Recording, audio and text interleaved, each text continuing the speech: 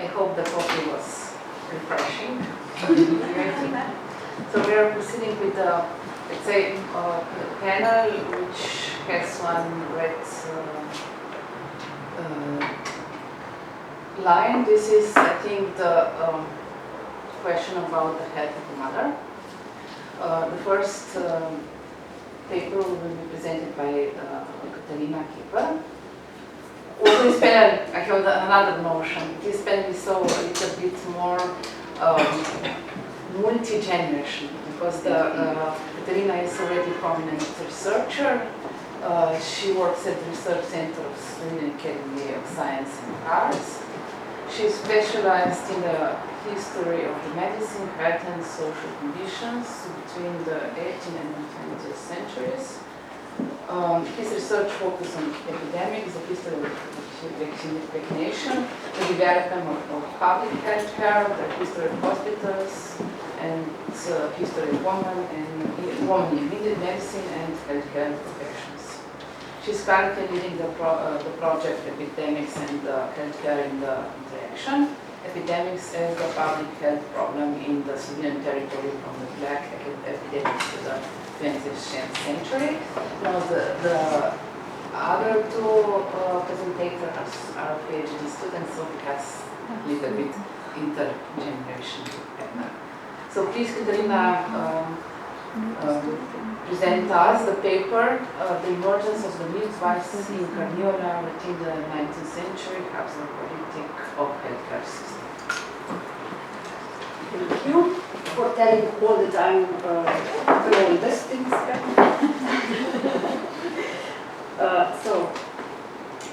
I will discuss the establishment of the midwifery profession within the public health system in Carniola in the last decades of the 19th century. And within this context, I will present a micro-study of women who applied for provincial scholarship to study at the midwifery school in Ljubljana. As no archival sources on the operation of the midwifery school in the 19th century have yet been found in public archives, the research is based on preserved documentation on the awarding of scholarships for midwifery courses in the funds of provincial government of Carniola. So, the professional midwife began to be regulated at the state level in the Habsburg monarchy, of course, during the reforms of the Empress Maria Theresa, when official medicine also began to intervene in the work of midwives. Midwives could only legally practice this profession from that on under certain conditions.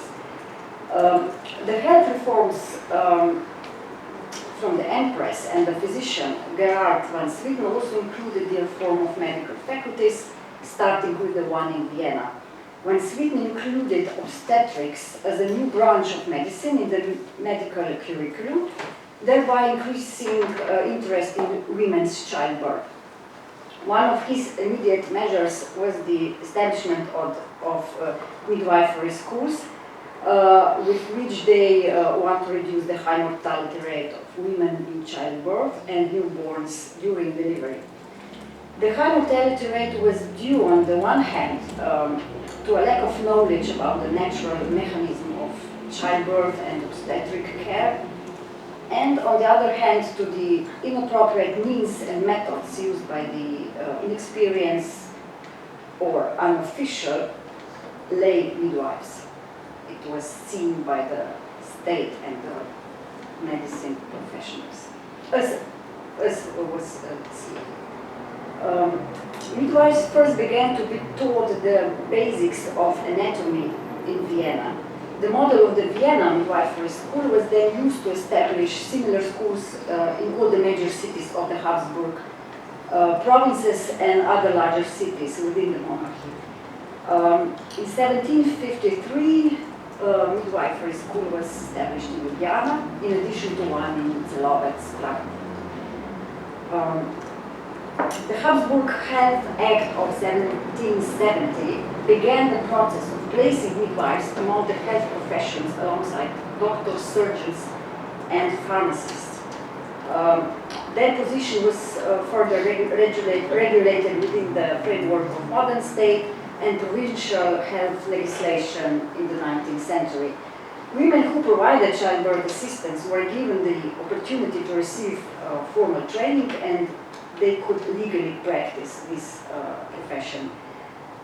The path to achieving a sufficient number of trained midwives was slow and gradual, as only a few women at the beginning from rural areas were given the opportunity to attend midwifery school in Ljubljana. In book Krajnum seiner öffentlichen Gesundheit, Dr. Friedrich Kesbacher notes that between 1875 and 1881, there were an average of 313 midwives in the provinces of Carniola, and that number did not increase. In 1881, midwives were divided into those who worked in the public service and the rest. In the public service, for example, there were 2 state midwives, 223 provincial, district or municipal, and 2 private. As many as 109 or 33% of all midwives worked outside the system, this system, state system. Midwives were most accessible to people in the city of Ljubljana, with 1 midwife per 460 inhabitants. The worst accessibility, for example, at that time was in the districts of Krško and Novo Mesto, when they had 1 midwife per about 2,500 people. Compared to other Habsburg provinces, only Styria, Galicia, Bukovina and Dalmatia had fewer midwives than Carniola. Between 1878 and 1881, only Galicia and Styria had fewer midwives than Carniola. At that time, Carniola was certainly one of the Habsburg provinces that lagged behind in terms of number of midwives. Dr. Kisbacher saw the main reason for the shortage of midwives in the low pay of district midwives who earned no more than 30 florins a year. However, midwives in private practice also had low earnings. Doctor believed that this was due to unfair competition from the numerically strong and effective group of additional midwives after Hebamen, which was strongly represented in the province. This probably refers to folk or traditional midwives without formal midwifery training. A good 15 years later, in 1895, there were 26 more midwives in Carniola. 356 in total, or 73% of whom worked in the public service. This time there were more midwives in the public service than in previous period, and they earned better, between 30 and 60 florins per year. From then on, the number of midwives continued to grow, reaching 369 in 1903, 78% of whom worked in the public service. We can see that in the last 30 years of the 19th century, the number of midwives in Carniola increased by 57, and the percentage of midwives in public service increased up to 78%. In any case, Carniola managed to increase the number of midwives in 3 decades. It had an average of 1 midwife per 1,381 people, which was equal to the average in the monarchy.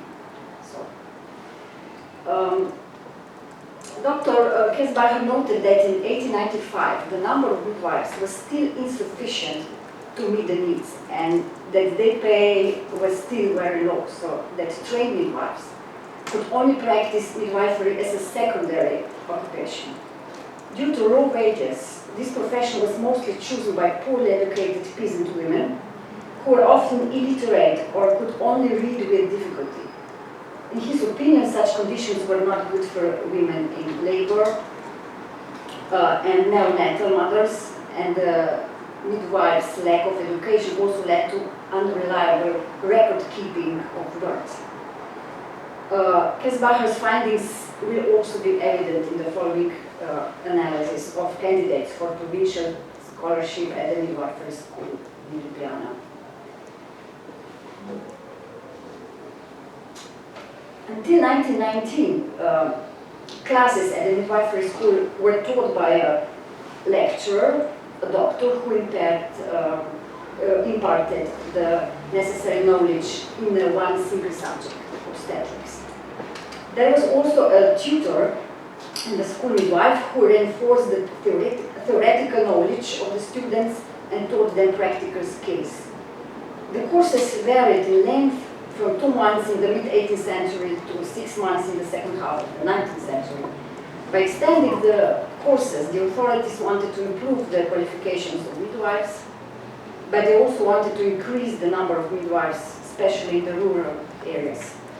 Until the mid-19th century, there were 1 or 2 courses per year, but from 1857 onwards, there were 2 6-month courses, a winter course, which ran from October to February, and a summer course, which began in March and lasted until July.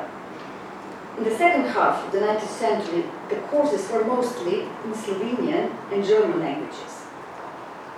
Between 1860 or after 1860, the winter course was always in Slovenian and the summer course in German. The German courses had significantly fewer students than the Slovenian ones.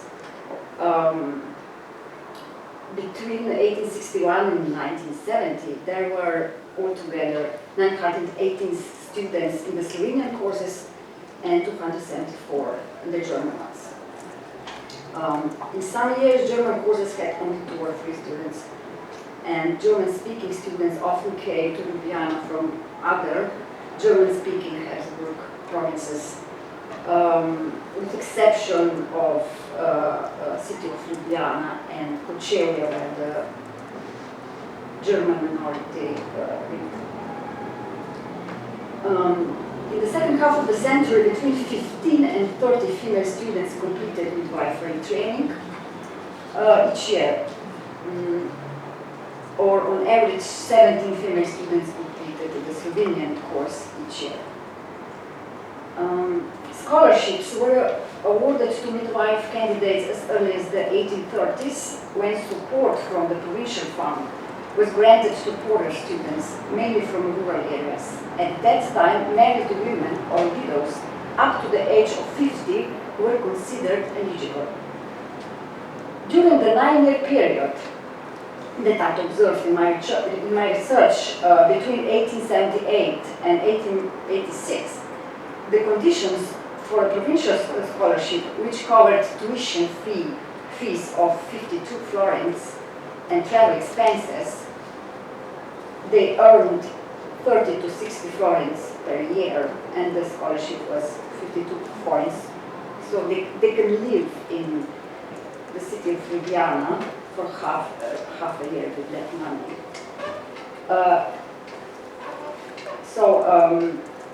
They changed slightly. The age limit was lowered to 40, and candidates had to provide written proof of their poverty, good behavior, and health. It was important that they were physically and mentally capable of performing the midwifery profession, and last but not least, that they could read. One of the most important teachers at the Ljubljana midwifery school, Dr. Alois Valenta, who ran the school for 41 years in the second half of the 19th century, wrote textbook for midwives, Učna knjiga za babice o porodoslovju, which you can see. Well, the first print was in 1860, that's the reprinted version. And in this textbook, he noted that not every woman is suited for being a midwife, as she must have the appropriate physical and mental characteristics. only women of robust and stable health is capable of enduring the stresses and difficulties of this profession. She must also be quick-witted and have a good memory so that she can apply what she has learned in her work. She must also be kind-hearted, compassionate, and patient. A good midwife is friendly, peaceful, live honestly, decently, soberly. She must also be clean, especially her hands and clothes. She also added that she must be obedient to her superiors, especially toward doctors. A midwife must be able to read and write fluently so that she can educate herself from books and keep her diary and prescribe, and she could prescribe birth records. Every year the provincial government awarded 10 scholarships for Slovenian language courses, although it received significantly more applications from all the Crniolan district authorities. The main conditions for eligibility were poverty, physical and mental health, age up to 40, good behavior, and the ability to read. I examined the 9-year period between 1878 and 1886, when on average three times as many candidates applied for that 10 scholarships each year.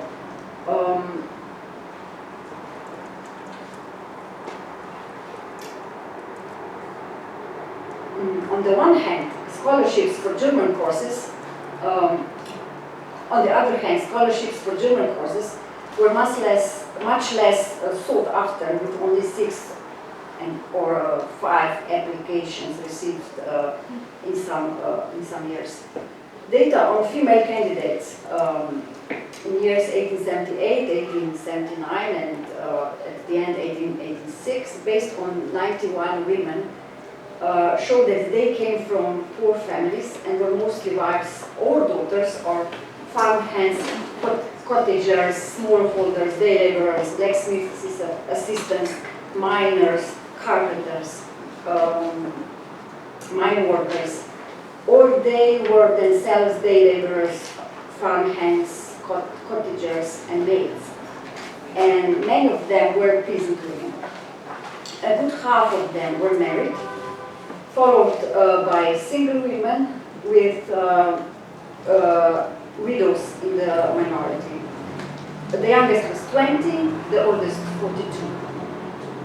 In all 3 years, candidates in their 20s slightly predominated in terms of age, with slightly less than half of them between the ages of 30 and 40. Preference was given to women with several children, including widows with children. Their ability to read and write is also evident. Some could only read poorly, others read well or very well. Most could read and write, and a few individuals could read and write in both languages, Slovenian and German. The documents reviewed for mentioned periods show that in the last 3 years, the number of scholarships applications began to increase, with women who did not met the condition also applying, mainly those who could not read and who did not even have the support of their district authorities. It seems that women also saw the midwifery profession as an opportunity to escape severe poverty. While in 1878, almost exclusively women from families of day laborers, innkeepers, and cottagers applied for midwifery scholarships, in some years peasants women strongly predominated. A notable exception is, for example, a candidate in 1886 who was the wife of an official in Chernomel. Her husband was unable to work due to tuberculosis. She spoke Slovenian, German, and Italian, was very good at writing, and was described as highly intelligent. As she also had 5 children, she was recommended for a scholarship. Well, in general, 10 candidates with the best references and medical recommendations were selected, with those with children having an additional advantage. on the other hand, candidates from areas where there were a severe shortage of midwives were also given a priority, as were candidates who wanted to replace their elderly mothers' midwives, and thus ensure the continuation of midwifery care in a particular area. Here you can see two examples of applications where women could hardly write their names. Okay, I will conclude. Although in some texts doctors considered younger single women to be better students in midwifery school, married women predominated in midwifery practice. One of the reasons for this was the poor socioeconomic conditions in which midwives lived, as their earnings were not sufficient to survive. It was desirable for midwifery students to be married and supported by their husbands, workers, farmers, or craftsmen. As midwifery was a secondary occupation, most midwives could only work in a small area near their homes. The written and archival sources show that the number of midwives in the public health system in the 19th century began to increase in the last few decades, when the number of applications for midwifery scholarships also increased. It is understandable that as the education of trained midwives improved, so did their work, and they became increasingly sought after and in demand in all districts of Almira. Of course, quite a few questions remain open, such as, for example, the coexistence of educated midwives and lay midwives, or how the education of midwives at the end was reflected in the survival of mothers and infants. So, thank you.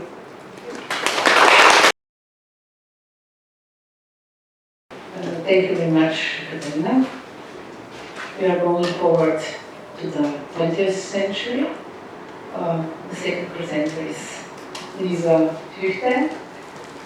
She was educated in Slavistic political science and history. She graduated from Ljubljana University in 2019. At the beginning, she worked at Leibniz Institute for Jewish History and Culture. Now, from 2021, she began work as a PhD researcher at the Leibniz Institute for the History and Culture of East and Central Europe, also in Leipzig. In her PhD, she examines the mother and infant protection in the Soviet Union as biopolitics in the period from the 1917 until 1937. Her research interests are history of gender, childhood and medicine, as well as visual culture and modernity studies. Her paper is titled Giving Birth to the New Soviet Man, Mother and Infant Protection as Biopolitics after the Russian Revolution of 1917. Thank you. Thank you. Yeah, thank you for the introduction. I hope you can hear me well. My title you have read. So I will discuss a part of my dissertation today. It spans from 1917 until 1938, but today I would like to focus on the years from 1928 until 1930, so like a 2-year span, and trace how the first industrialization and collectivization campaign on the Stalin changed, or I call it radicalized, the way the Soviet state discussed reproduction, which kind of ties nicely into what we discussed about scientific motherhood and history of science and the production of gender. So I would phrase my question now for this paper: how did the medical and ethnographic study of reproductive practices lead to a pathologization and efforts to modernize childbirth? This ties kind of nicely into my broader research objectives, because I want to find out in this whole dissertation how pregnancy, childbirth, childcare were used as like modern in the Foucauldian sense state-building practices, and how they shaped ideas of gender, race, and class. And so I'm trying to do an intersectional analysis of those processes And I make the argument in my dissertation and also in this speech today that by employing a visual lens we can learn more about the production, dissemination and gendering and racializing of knowledge. So let's see if I succeed in convincing you today. Quick note on theory. So I draw on Foucault's concept of biopolitics, which refers broadly to the regulation of population growth by modernizing states. So through the production of knowledge by experts and finding corresponding like access points, point d'appui, how he calls it. And this concept I tie into, or it's also compatible with various approaches to feminist epistemology, which consider gender a social construct and try to understand exactly how science, social relations and cultural practices construct gender and how it can be used as a mechanism of like securing power, for example, through biopolitical intervention. So this is my whole framework, and now I want to contextualize what I'm actually working on. So after the October Revolution, the Bolsheviks, none other than Marxist feminist Alexandra Kollontai, established a State Department for the Protection of Mothers and Children, which was eventually, after a bit of moving around, situated in the Soviet Ministry of Health. And this department was called Отдел охраны материнства и младенчества in Russian, so the short form is Ohmatplat. This is an abbreviation I will be using again and again, I think. So, and they were discussing within themselves what is their objectives. It was mostly medical professionals, and so their first ideas of what they wanted to do were presented at the All-Russian Congress for Social Security in 1918, so 1 year after, or not even a year after the revolutions. And one key phrase was the massive loss of population and the fight for the lives of infants is forcing the state to look at the act of childbirth as the social function of women, thereby makes the protection of mothers and children an issue of state-level importance, which is nothing really new, but it's framed within this, socialist ideology. So motherhood and childbearing were presented as every woman's duty to this new state and society, and womanhood was hereby defined by the ability to give birth, which actually meant that the mother and infant protection program was firstly directed at every person with a uterus. And then there were negotiations about exceptions, which were happening in the following years, and I will touch upon who was deemed fit and who wasn't.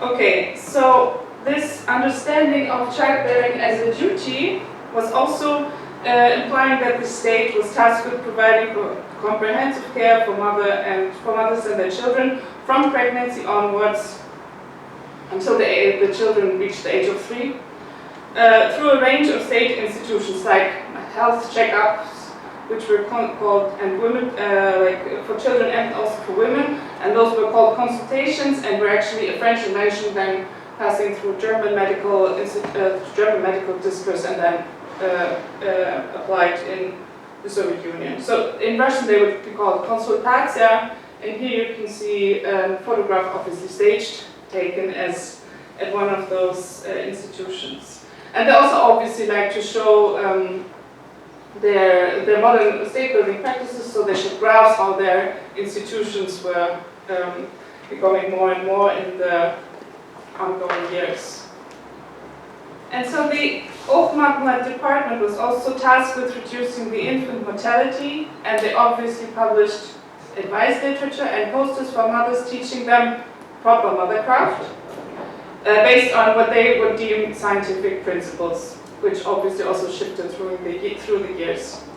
But I want to give you an example in this poster from 1919, and what you can see here is a central motif that was repeated again and again in their imagery was women breastfeeding in nature. And so this poster states in Russian, of 100 infants who died within the first year of their lives, 43 were being fed the milk of animals, 17 were breastfed, and 53 were fed various amounts of surrogates.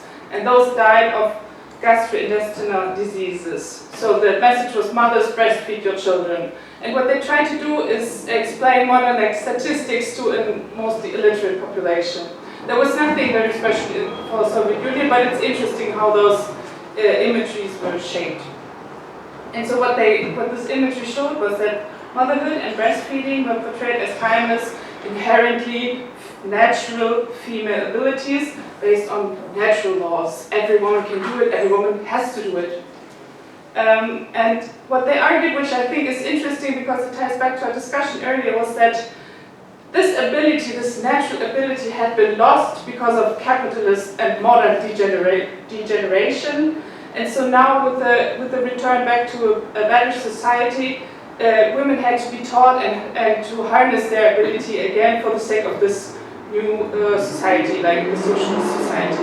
And obviously it was the state and the medical professionals who were deemed to help them. So this shifts autonomy, obviously.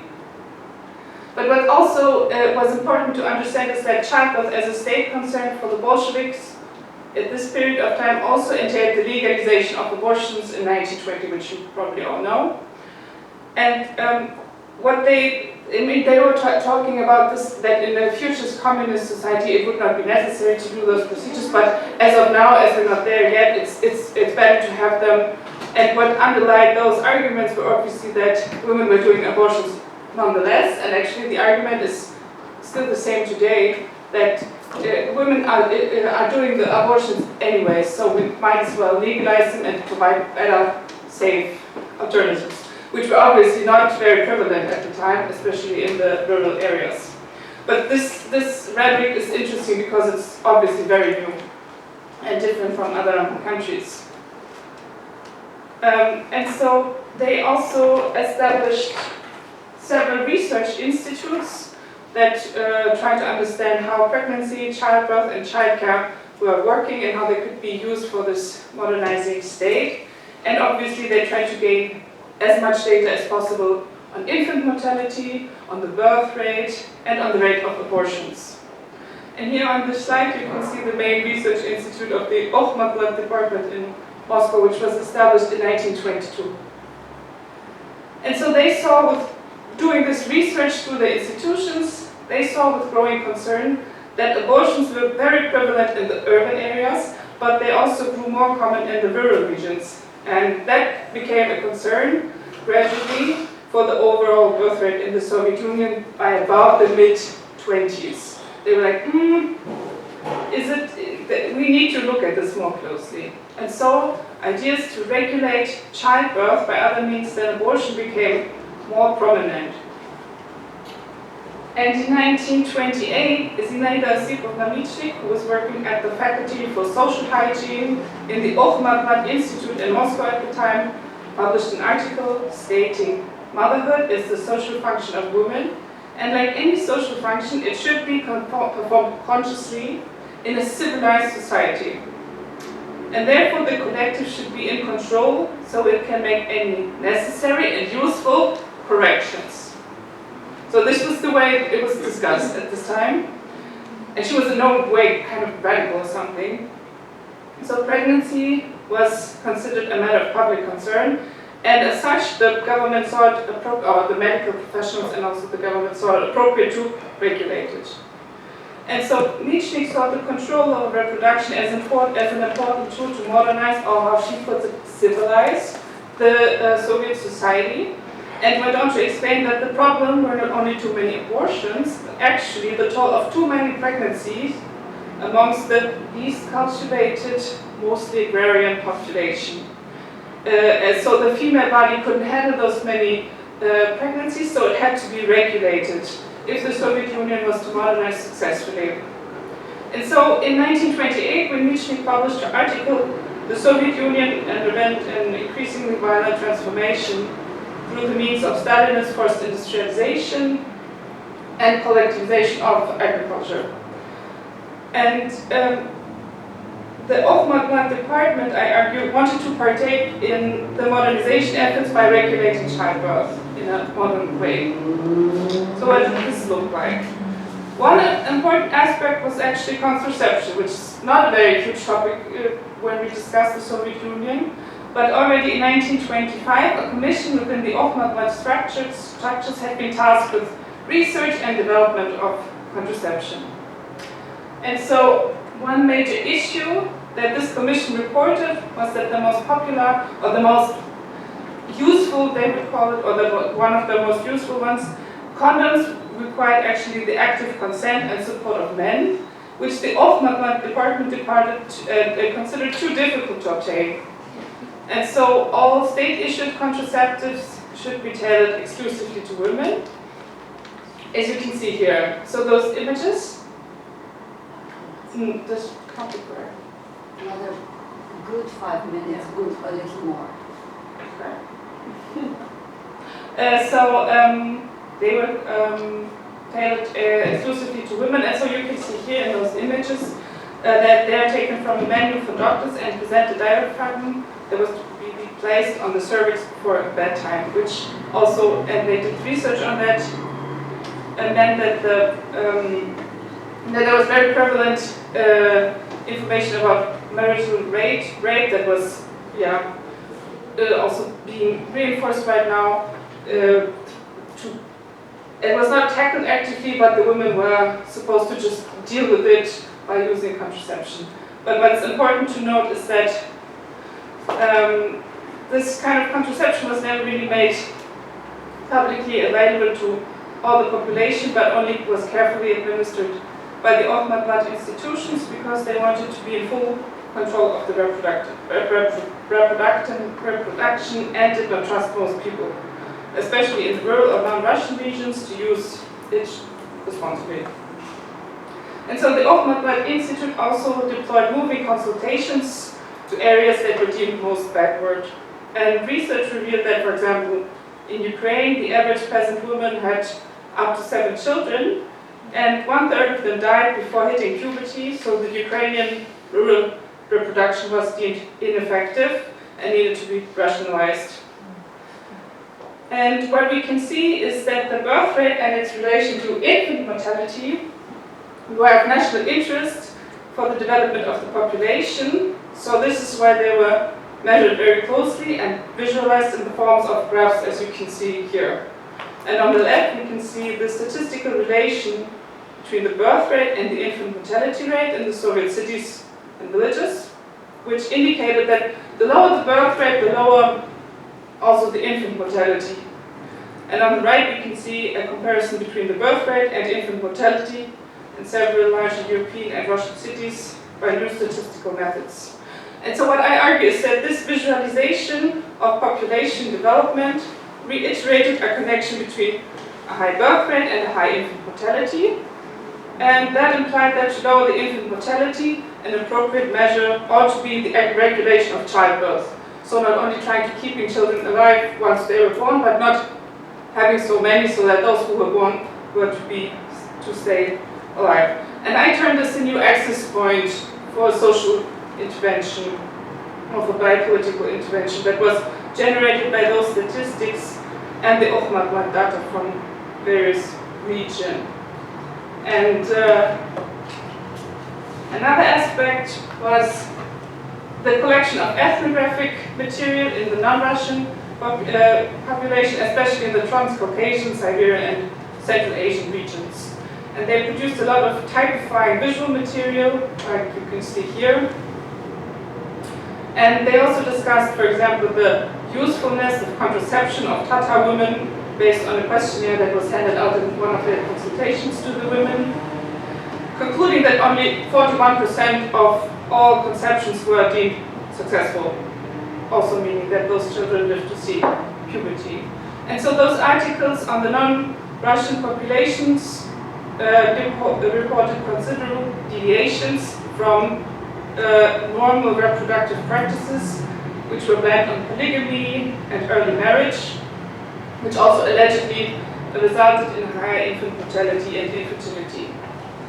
And so here you can see graphs using a bell curve, trying to establish the normal distribution of the age of different women at the onset of the menstrual cycle. And those curves compare Russian peasant women to different social strata in the upper graphs to Tatar women, establishing a larger variation in the latter. But what is written in the text but not in the graphs is that those differences could also be due to language barriers, or that they called it cultural backwardness because they apparently did not know their age. And so what you can see here is that data that was actually highly biased was objectified using statistical methods.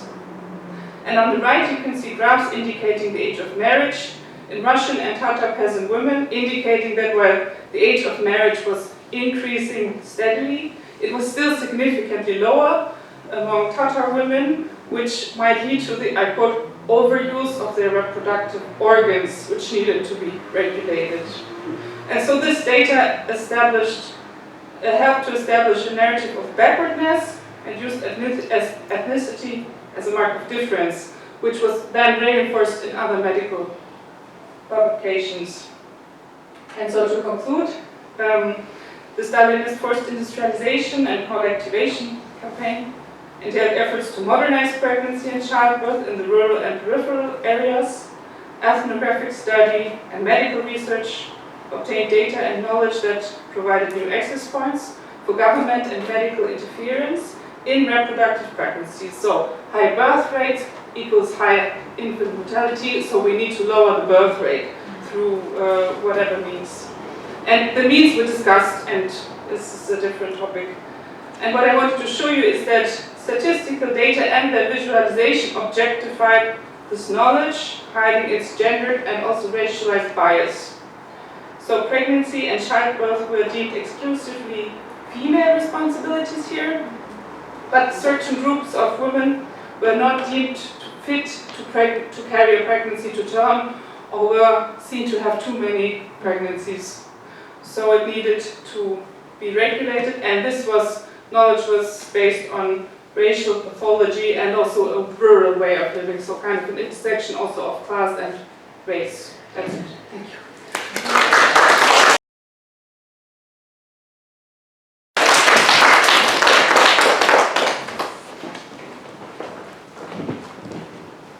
Thank you very much for this interesting paper. Now we are going to the third paper, presented by Sharafeeva and Almira. The paper is titled Pain Relief in Childbirth or Military Strategy, Obstetric Anesthesia as Slovak Biopolitical Project in the 1930s. The presenter received her undergraduate degree in history from the Kazan Federal University in 2018 and a master in history from Higher School of Economic in Moscow in 2022. She is currently a PhD student at the Ludwig Maximilian University in Wien. She is a fellow of Gerda Hinkel Foundation. And her current research focuses on the concept of women's health in early Soviet politics, with a particular interest in the history of medicine, gender, and social history. In this study, she focused on the ways in which doctors, hygienists, obstetricians, and gynecologists, as well as representatives of the Soviet authorities, talk about women's health. Please. Thank you, and thank you for having me here. So now Tatar women speak about Soviet policy. So yes, so in March 1955 at the 9th All-Union Congress of Obstetricians and Gynecologists, Health Commissar Kaminsky raised the issue of mass labor anesthesia. An initially unrealistic goal was proclaimed to ensure pain relief in all childbirth across the Soviet Union. Soon after, the Health Commissariat ordered its mandatory introduction in both cities and villages. This topic was widely discussed in publications and research institutes, with pamphlets circulated nationwide and letters of gratitude sent to Stalin here. Until the World War II, labor anesthesia remained a key focus of Soviet obstetrics. This paper examines the institutionalization of obstetrics anesthesia as a state-supported medical practice in the Soviet Union during the mid-1930s, and it argues that the campaign for pain relief in childbirth was driven not merely by concern for women's health, but by its integration into broader political and ideological and military strategies. the pursuit of an inexpensive, mass-producible and technologically simple method of anesthesia was not limited to obstetrics application, but had direct implication for military medicine. Additionally, the campaign functioned as a propaganda to demonstrate the superiority of the Soviet healthcare system. And furthermore, this paper explores how the medical community perceived anesthesia not as a matter of individual pain relief, but as a task of standardization and control. So let's start from the first part, and I will give a very brief history of scientific obstetrics anesthesia. Why I say scientific? Because the obstetrics anesthesia, so childbirth pain relief, exists for thousands years and nothing new. And scientific obstetrics anesthesia began in 1847 when James Simpson used ether and later chloroform in childbirth. Though controversial at first, the idea spread across Europe, US, UK, and the Russian Empire, with methods evolving to nucleosucceed, spinal anesthesia, and twilight sleep. Initially available only to the wealthy by early 90s, women's movements in the USA and the UK demanded broader access. In Russia, pioneers like Sachava, Klikovich, and Kurtanovsky experimented with anesthesia, laying the groundwork for later practice. And the interwar period marked the most active phase of of the search for new methods of labor anesthesia. And between 1920s and 1945, physicians developed nearly all major obstetrics anesthesia techniques still in use today. In addition to traditional inhalants such as ether and chloroform, new methods included oral, rectal, intravenous, and spinal administration of the anesthetic agents. And in 1920s, Soviet medicine paid little attention to labor anesthesia. That changed abruptly in 1935, when the People's Commissariat of Health made pain relief in childbirth a national priority. Textbooks and journals were required to cover the subject. Manuals were mass printed. Exams included it, and prizes were offered for the best method. Institutes received funding, and hospitals had to report on anesthetized birth. This sudden policy turn raises the key question: what drove such a shift? Why men even think about childbirth pain relief? So, and there is a few reasons. And in 1930s, demographic concerns and reproductive policy became central to the global struggle between competing political systems, as David Hoffman wrote. Revolutions, civil wars, economic crisis, World War I had deeply disrupted population trends across many countries. The Soviet Union, Germany, and the United Kingdom and other entered into a kind of demographic competition, not only to expand their labor force and military reserves, but also to prove the supposed superiority of their political systems. As a result, many governments actively intervened to raise birth rates. And David Hoffman, in Cultivating the Masses, argued that unlike Nazi Germany, where demographic growth was tied to military aggression and imperial ambitions, the Soviet Union's aim was to enlarge its workforce. Yet this view overlooks the fact that demographic concerns became especially urgent in the middle of the 1930s, just as international tensions rose and preparation for another world war accelerated. At the same time, the Soviet Union launched major military reforms. Sustaining these efforts required population growth, which placed women reproductive role under the state control. And in 1935, USSR began a powerful propaganda campaign urging women to embrace motherhood as their greatest duty to themselves and to the state. And one of the main obstacles to increasing birth rates, as perceived by Soviet officials, was the prevalence of abortion. As already was mentioned, abortion was legal in Soviet Union from 1920 until 1936. And in 1934, there was one abortion for every fourth birth. Instead of tackling economic causes, officials blamed fear of labor pain. Reports argued that anesthesia could reduce abortion, while abortion itself was performed without anesthesia as a punishment reinforced by mock trials. And interestingly, discussions of labor anesthesia in the context of anti-abortion policy were prominent in the Soviet political and cultural discourse only in 1935 and 1936. After abortion was criminalized, in 1936, public discussions of labor anesthesia virtually disappeared from mainstream publications like women's journals like Azad Khatyn or Rabotnitsa. And if we can see it after 1937, only mostly in medical journals. And beyond demographics, the anesthesia campaign had an ideological mission to showcase the superiority of the Soviet system. Soviet discourse contrasted Stalinist humanism with Western neglect, claiming only socialism ensured women were freed from childbirth pain. And so every medical article and brochure dedicated to obstetrics anesthesia began with words of comparison with Western countries. And medical journals and other publications framed the issue through the key concepts.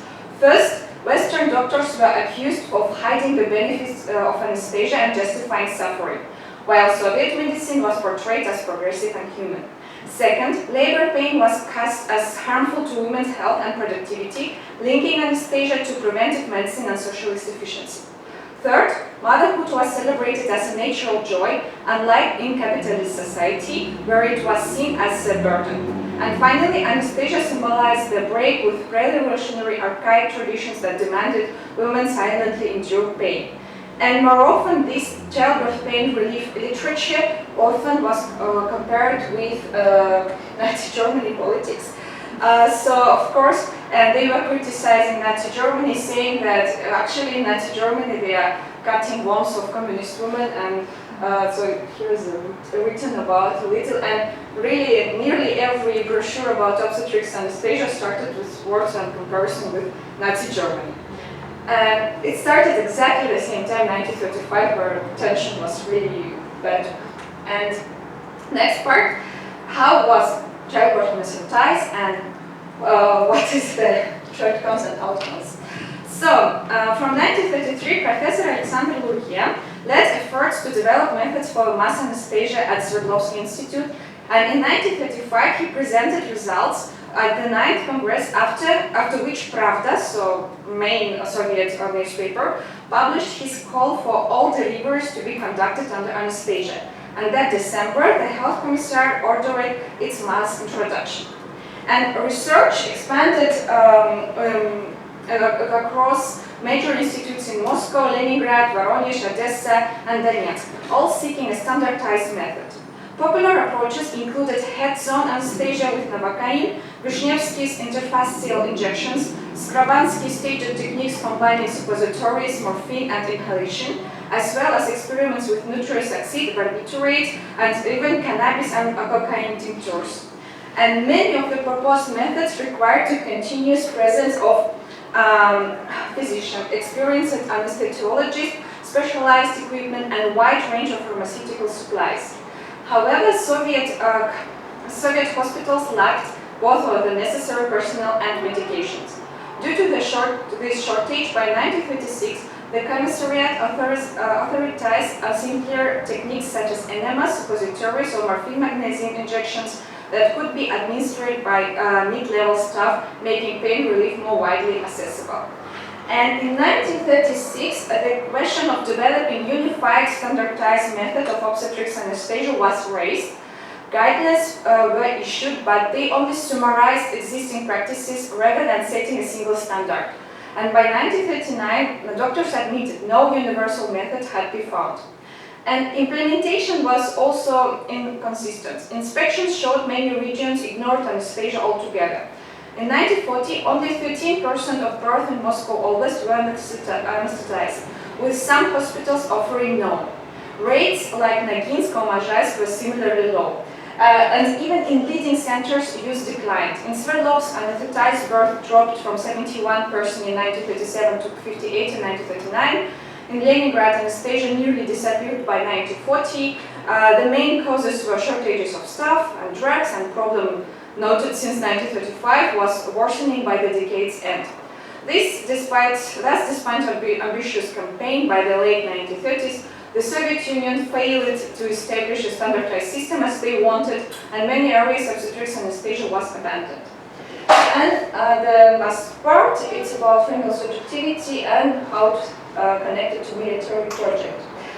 So, amid a large-scale state campaign, to the logic of the state often came into conflict with the personal desires of women. Also, they were officially given the choice to refuse anesthesia.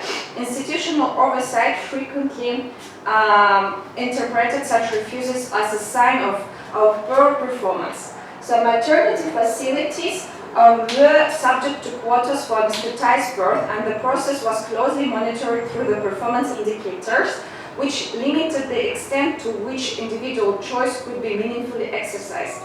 And many techniques left women unconscious or semi-conscious, with doctors framing anesthesia as a way to suppress anxiety and regulate behavior. Labor in women's cries, resistance or attempts at self-relief were described as senseless, and restraints were sometimes recommended. And medical discourse increasingly prioritized the physician's authority treating women's responses as a disciplinary problems. Reports show how women's claims of pain were often dismissed, with doctors insisting they were unconscious or mistaken. In practice, the subjective experiences of mothers were subordinated to institutional priorities at the state goals of standardization and control. And women were also encouraged to believe that obstetrics anesthesia was completely safe. Popular science articles and even literary journals described it as harmless for both mother and child. Warning about complications were rare and usually appeared only in comparisons between different methods. Even when doctors admitted risk, they added caveats such: this must be done by experienced anesthesiologists with strict control of dosage. Inside professional circles, however, concerns were very real. Dr. Topchipasha, for example, warned that inhalation anesthesia could lead to serious complication or even death on a operating table. And at the same time, when promoting his own method, he stressed that absence of pneumonia, respiratory failure, or cardiac issues, and admission that such a problem did occur with other techniques. And many publications also revealed disputes with skeptical doctors, showing that debates about anesthesia dangers did exist, but they stayed behind the closed door of academics and maternity hospitals. Some texts on hypnosis-based pain relief even emphasized that the child was not under risk, implying that medical methods might indeed carry hidden dangers. And in this context, labor anesthesia was seen not only as pain relief, but also a technical problem that demanded a standardized solution. Complications like skin necrosis, sepsis, abscesses were usually presented in statistics rather than as real dangers for patients. And important to note that the work on childbirth pain relief was very much concentrated on finding uniform method, was both medical and strategic. Techniques tested in childbirth were expected to guide practices in military medicine. If anesthesia could be made cheap, fast and effective in maternity wards, it could be also used on the battlefield. In this sense, its development was driven not just by concern for women's labor, but by broader goals of wartime readiness. The connection between obstetrics, anesthesia, and military medicine was evident at multiple levels. And so you can see it already on the slide, but at the Moscow Regional Conference of Labor Anesthesia in December 1996, People's Commissariat of Health stated that Chemical Pharmaceutical Institute was developing anesthetics not only for childbirth, but also for surgery. He reminded doctors that in wartime such drugs were essential. So I remind you that he was on a conference about labor anesthesia. And he said such drugs were essential, recalling how during the Civil War and World War I, frontline physicians often had an anesthesia at all. And no anesthesia at all. By the late 1930s, this connection became even more explicit, and in 1940, the all Russian and Moscow Obstetrics and Gynecological Societies issued an appeal across the USSR, urging colleagues to retrain obstetricians and gynecologists for surgical work in wartime conditions. And so last parts, archival evidence further support this hypothesis. In 1938, a Deputy People's Commissar of Health sent a request to Professor Topchipashev of the Azerbaijan Medical Institute asking for a detailed protocol of his labor anesthesia method so it could be studied and tested by leading specialists in Moscow.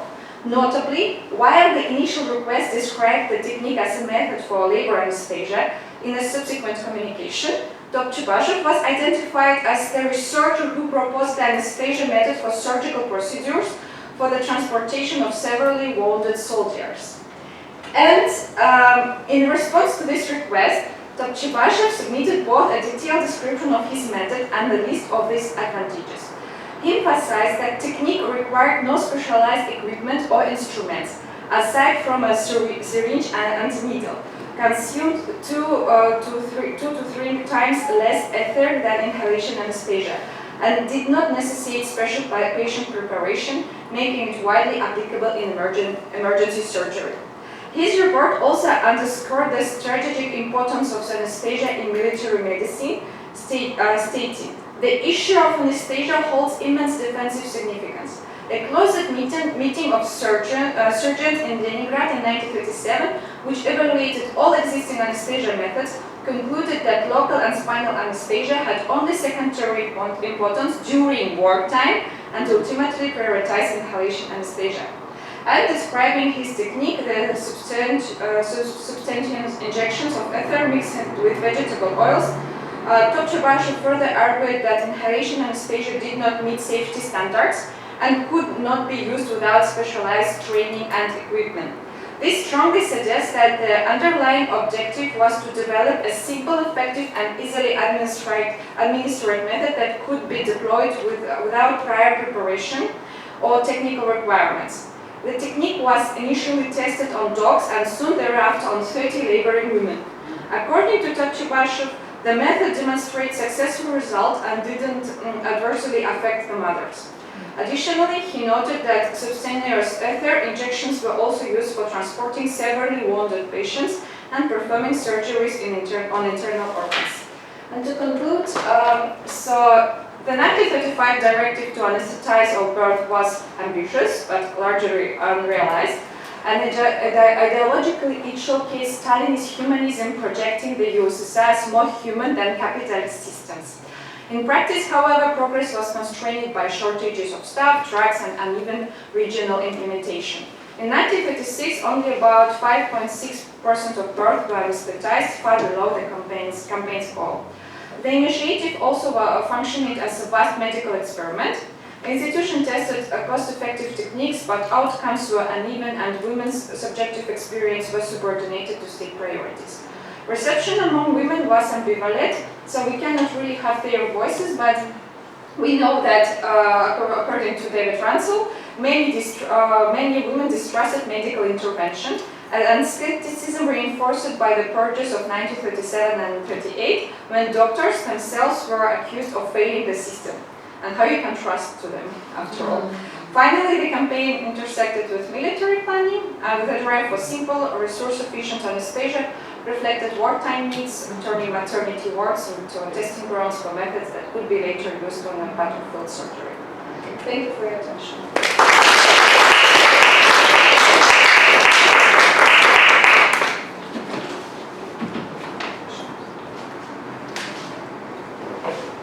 I invite all three presentators to come here.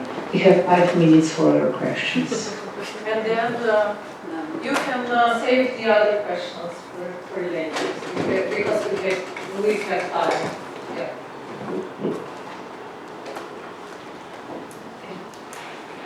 Please come here.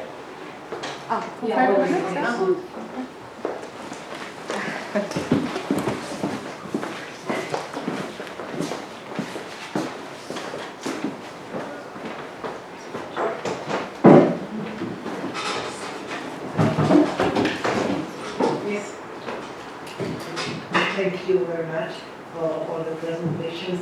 Actually, I have just a sort of remark very shortly to Katarina Keber, where I found it fascinating, those parallels with the Hungarian part of the Habsburg, as we were talking about it also yesterday. What's very interesting with this learning to become midwife, that was the very, very important, actually first opportunity for women to higher education from the territory of Slovakia, even though Budapest and Vienna were closer, but usually they learned in Szeged. university. The most fascinating